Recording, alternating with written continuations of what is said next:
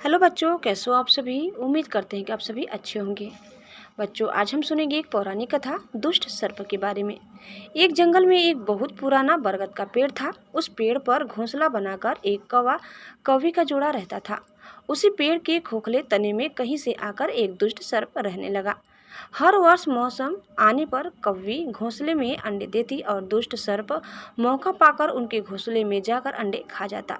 एक बार जब कौवा व कौवी जल्दी भोजन पाकर शीघ्र ही लौट आए तो उन्होंने उस दुष्ट सर्प को अपने घोंसले में रखे अंडों पर झपटते देखा। अंडे खाकर सर्प चला गया। कौवे ने कौवी को ढांढस बताया, प्रिय, हिम्मत रखो, अब हमें शत्रु का पता चल गया है, कुछ उपाय भी सोच लेंगे। कौवे ने काफी सोचा विचारा और पहले वाले घोंसले को छोड़ उसे काफी ऊपर टहने पर घोंसला बनाया। और कौवी ने कहा, यहाँ हमारे अंडे सुरक्षित रहेंगे।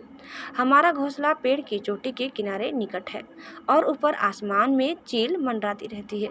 चील सांप की बैरी है, दुष्ट सर्प यहाँ तक आने का साहस नहीं कर पाएगा। कौवे की बात मानकर कौवी ने नए घोंसले में अंडे सुरक्षित रखे रहे और उनमें से बच्चे भी निकल आए। उधर सर्प उनका घोंसला खाली देखकर यह समझा कि उसके डर से कौवा कौवी शायद वहां से चले गए हैं। पर दुष्ट सर्प टोह लेता रहता था। उसने देखा कि कौवा कौवी उसी पेड़ से उड़ते हैं और लौटते भी वही हैं। उसे यहाँ समझते देर नहीं लगी कि उन्होंने नया घोंसला उसी पेड़ पर ऊपर बना रखा है। एक दिन सर्प खो से निकला और उसने कौवों का नया घोंसला खोज लिया। घोंसले में कौवा दंपत्ति के 3 नवजात शिशु थे। दुष्ट सर्प उन्हें एक एक करके घफाघप निकल गया और अपने खोख में लौटकर डकारे लेने लगा। कौवा व कौवी लौटे तो घोंसला खाली पाकर सन्न रह गए। घोंसले में हुई टूट फूट व नन्हे कौवों के कोमल पंख बिखरे देखकर वह सारा माजरा समझ गए। कौवी की छाती तो दुख से फटने लगी। कौवी विफल बिलख कर उठी, तो क्या हर वर्ष मेरे बच्चे सांप का भोजन बनते रहेंगे। कौवा बोला, नहीं, यह माना कि हमारे सामने विकट समस्या है, पर यहाँ से भागना ही उसका हल नहीं है। विपत्ति के समय ही मित्र काम आते हैं। हमें लोमड़ी मित्र से सलाह लेनी चाहिए।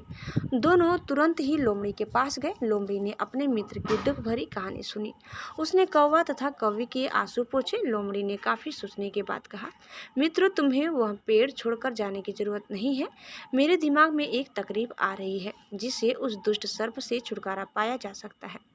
लोमड़ी ने अपने चतुर दिमाग में आई तकरीब बताई। लोमड़ी की तकरीब सुनकर कौवा कौवी खुशी से उछल पड़े। उन्होंने लोमड़ी को धन्यवाद दिया और अपने घर लौट आए। अगले ही दिन योजना अमल में लानी थी। उसी वन में बहुत बड़ा सरोवर था। उसमें कमल और नरगिस के फूल खिले रहते थे। हर मंगलवार को उस प्रदेश की राजकुमारी अपनी सहेलियों के साथ वहां जल क्रीड़ा करने आती थी। उनसे 7 अंगरक्षक तथा सैनिक भी आते थे। इस बार राजकुमारी आई और सरोवर में स्नान करने जल में उतरी तो योजना के अनुसार कौवा उड़ता हुआ वहां आया। उसने सरोवर तट पर राजकुमारी तथा उसकी सहेलियों द्वारा उतार कर रखे गए कपड़ों व आभूषणों पर नजर डाली। कपड़े से सबसे ऊपर था राजकुमारी का प्रिय हीरे व मोतियों का विलक्षण हार।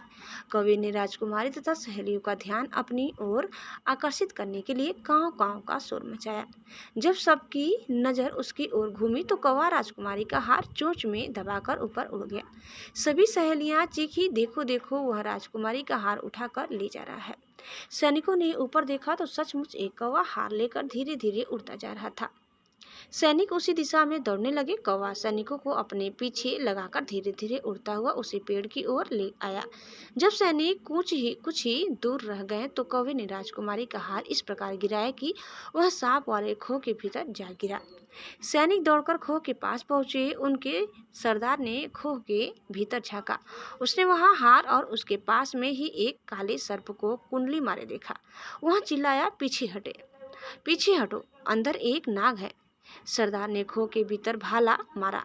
सर्प घायल हुआ और फुफकारता हुआ बाहर निकला। जैसे वह बाहर आया, सैनिकों ने भालों से उसके टुकड़े टुकड़े कर डाले। बच्चों, इस कहानी से हमें क्या सीख मिलती है। बुद्धि का प्रयोग करके हर संकट का हल निकाला जा सकता है।